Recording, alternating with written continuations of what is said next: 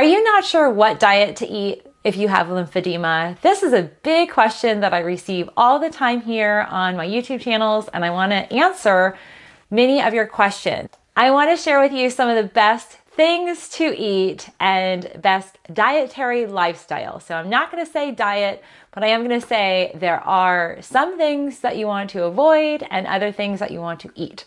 Let's dig into it.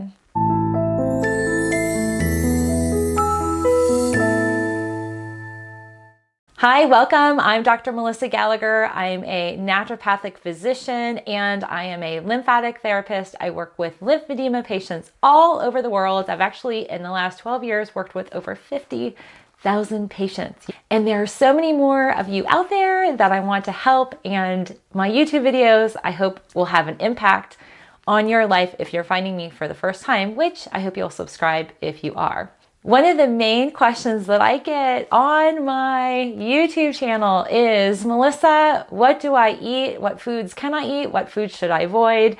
What do you think about the keto diet? What do you think about paleo? What do you think about vegan? So I want to really delve into the type of dietary lifestyle. I don't use the word diet. I hate that word. I think it sets up people for failure. And in fact, lifestyle is what you are living. You're living a life. You're living a lifestyle. When you have lymphedema, you can't ever get away from it.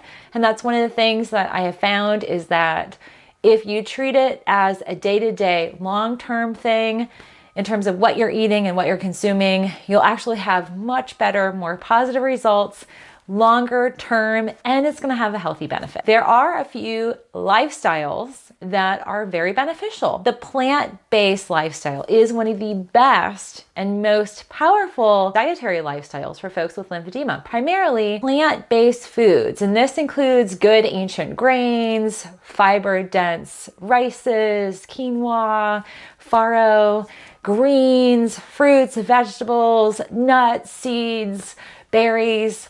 Eating the rainbow and eating a lot of live products actually has a huge benefit in terms of you getting all the right nutrients and minerals that will help your body manage your fluid levels. So I find that magnesium deficiency is one of the most prevalent deficiencies in lymphedema cases. I actually test for those. We actually don't have to do hair analysis anymore, which if you're interested in testing your elements, both toxic and essential elements like magnesium and iron, that test is very helpful. I find that when you are eating plant-based that you tend to also have less fluid retention because there is less of a body response, an allergic response to things like gluten, sugar, salt, and additives. These are 4 things you definitely want to avoid.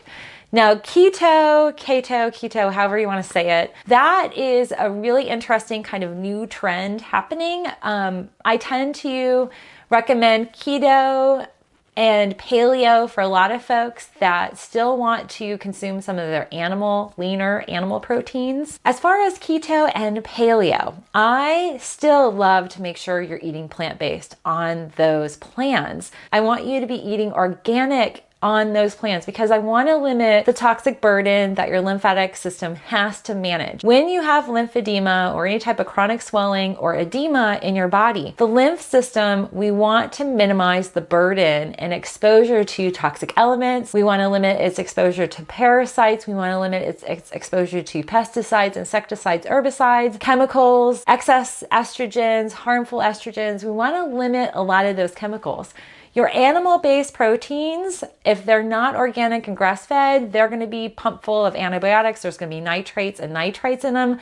Those are toxic to your lymphatic system, even your wines. If you're drinking alcohol, which I tend to have folks avoid alcohol, and if you are going to have alcohol, make sure it's organic. And there are even organic brewers and gluten-free beer brewers that are minimizing that toxicity or the exposure to that. So check that out if you are still going to be planning to consume alcohol. The keto and paleo, I definitely tend to gravitate more towards the plant-based side of that.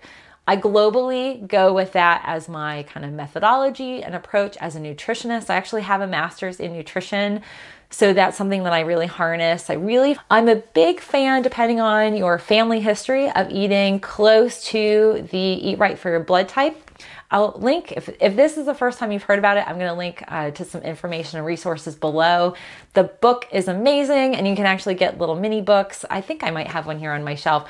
I'm an O, and I eat pretty much all the essential items and then some of the stuff in between. But I avoid everything it says to avoid because I can notice a big difference. It's not always impactful for everybody, and that in and of its own right, the Eat Right for Your Blood type is a dietary lifestyle. But I often recommend folks toe that line. But if you're a hybrid and a blend of a lot of different cultures, that might not be powerful. So I really focus at how do we maximize and really enhance the core minerals, core nutrients, core omegas, healthy fats, all these things that are going to be anti-inflammatory.